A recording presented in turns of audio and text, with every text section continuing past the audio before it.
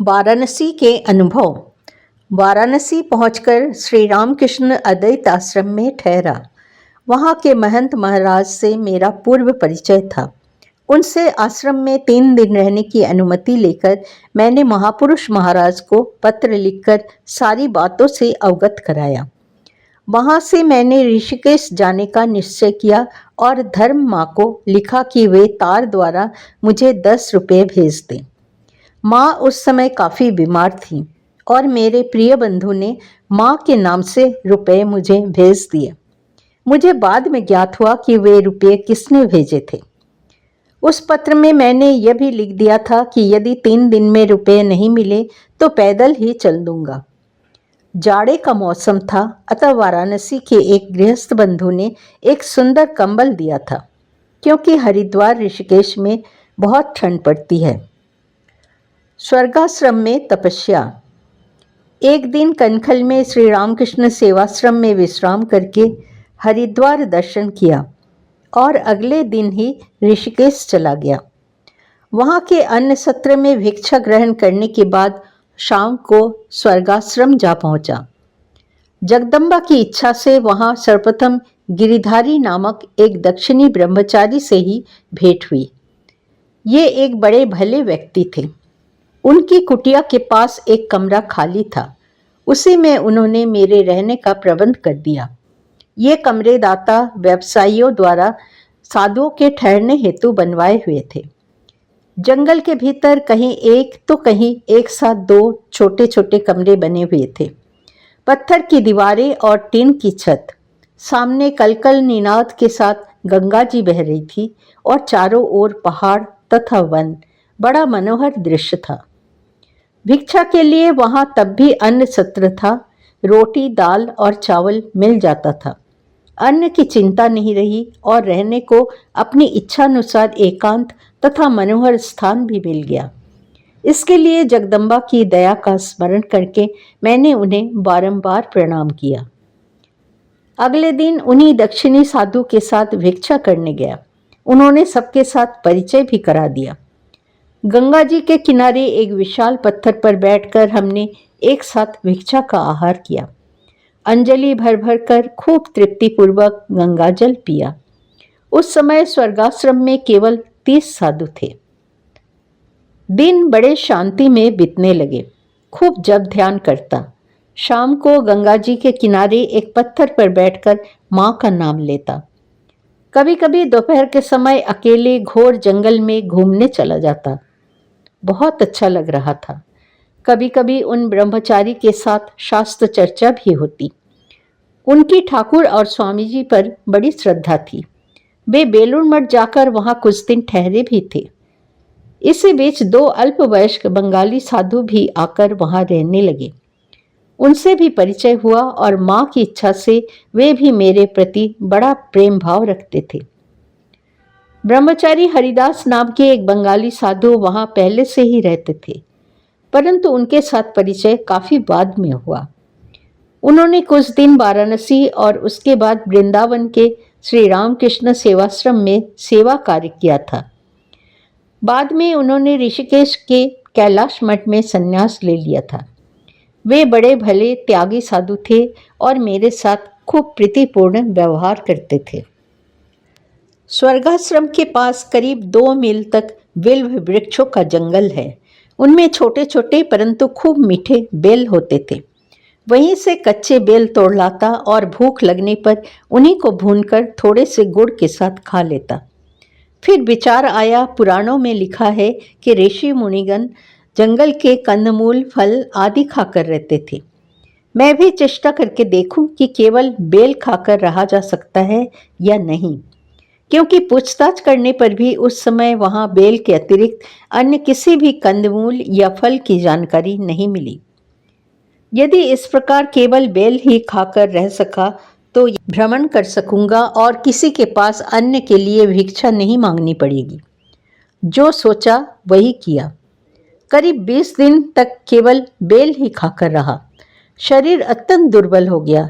देह तथा मूत्र से भी बेल की गंध आने लगी। आखिरकार अन्न खाने को बाध्य हुआ, लेकिन आज भी सोचता हूँ कि यदि वैसे ही रह पाता तो इस जीवन में कितना सुख स्वाच्छंद भोग करता, किसी की परवाह नहीं करता, किसी के सामने हाथ नहीं फैलाता। लेकिन वो संभव नहीं हुआ, सब माँ की इच्छा। 10-11 महीने हो चुके थे। एक दिन सहसा स्वामी करुणानंद के साथ मठ के गो महाराज आ पहुंचे। उस समय शाम के 5 बजे होंगे। बोले, ठहरने की इच्छा से आया हूं। मैं उनके भीरू स्वभाव से परिचित था, इसलिए बोला, आप मेरी कुटिया में रहिए, मैं कोई दूसरा स्थान देख लेता हूं। उन दिनों वहां अनेक साधु थे, सभी अच्छी कुटिया प्राय भर चुकी थी। स्वर्गाश्रम की सीमा में ही लक्ष्मण झूला की ओर गंगा के किनारे 2 छोटे कमरे थे, परंतु वे अन्य सत्र से 1 मील दूर बिल्कुल निर्जन में थे। पास में अन्य कोई कुटिया न थी। मैंने वहीं जाने का निश्चय किया और उसे धो धा कर साफ कर किया, परंतु गो महाराज की औचित्य बुद्धि प्रबल हो जाने से वे बोले, यह बड़ा खराब दिखेगा, मैं यहीं ठहर जाता हूँ। मैं बोला, यहाँ पर यदि आपको डर लगा तो आपके चिल्लाने पर भी कोई नहीं सुन सकेगा, और इन दिनों इधर भालुओं का उपद्रव काफी बढ़ा हुआ है। 2 दिन पहले ही जंगल में घास काटने गई एक पहाड़ी स्त्री को भालू ने मार डाला, परंतु उन्होंने मेरी बात नहीं मानी और बोले, तुम मुझे व्यर्थ ही डरा रहे हो, यह घटना सच्ची नहीं है, मैं दरवाजे को भीतर से बंद कर लूंगा। यह कहकर वे वहीं रात बिताने चले गए। जाड़े का मौसम था, अंधेरी रात, हू हू की आवाज के साथ जोरों की हवा चल रही थी। ऋषिकेश में शीतकाल में सूर्यास्त के बाद से सुबह 9 या 9:30 बजे तक हिमालय के ऊपर से और गंगा के बीच से आंधी की तरह तेज हवा चलती है।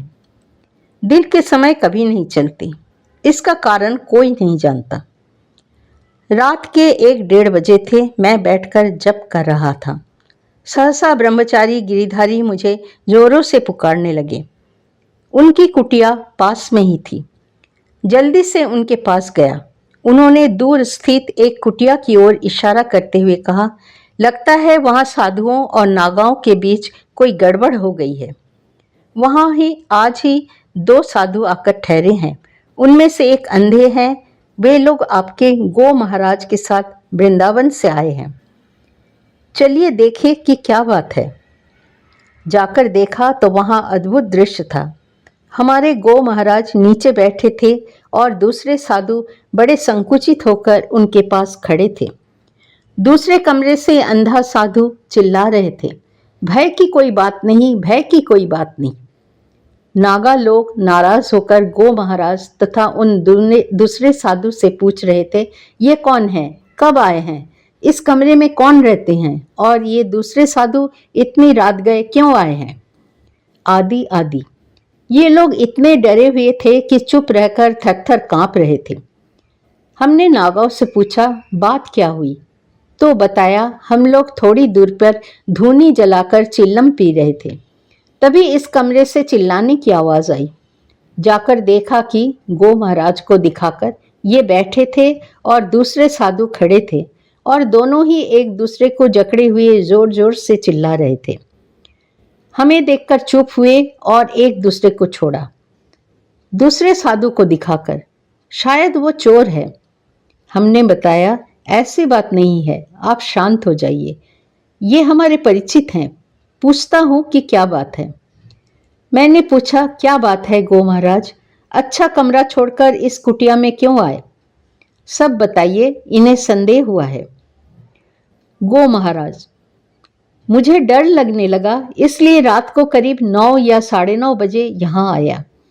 पहले सोचा कि तुम्हारे पास जाऊं, परंतु तुम्हारे भजन में बाधा डालने की इच्छा नहीं हुई, इसलिए हम इन अंधे साधु के साथ यहाँ आ गए। मैंने नीचे बिस्तर बिछा लिया और दूसरे ने खाट के ऊपर। मैं बैठकर जप कर रहा था और तंद्रा सी आ गई थी। इतने में ऐसे लगा कि कोई भालू आकर मेरे ऊपर गिर पड़ा है, इसलिए मैं डर कर चिल्लाने लगा, बचाओ बचाओ। फिर जब नागा रोशनी लेकर आए तो देखा ये दूसरे साधु थे।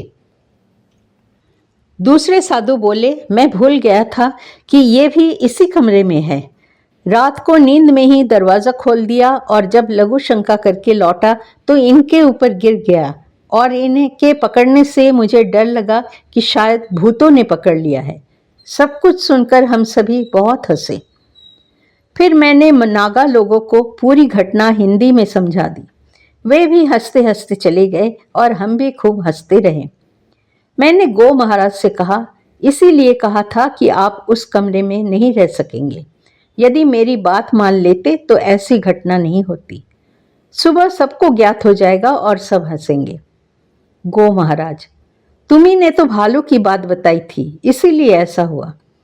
मैं रात को ही गो महाराज को अपनी कुटिया में ले आया और खाट पर उनका बिस्तर लगा दिया।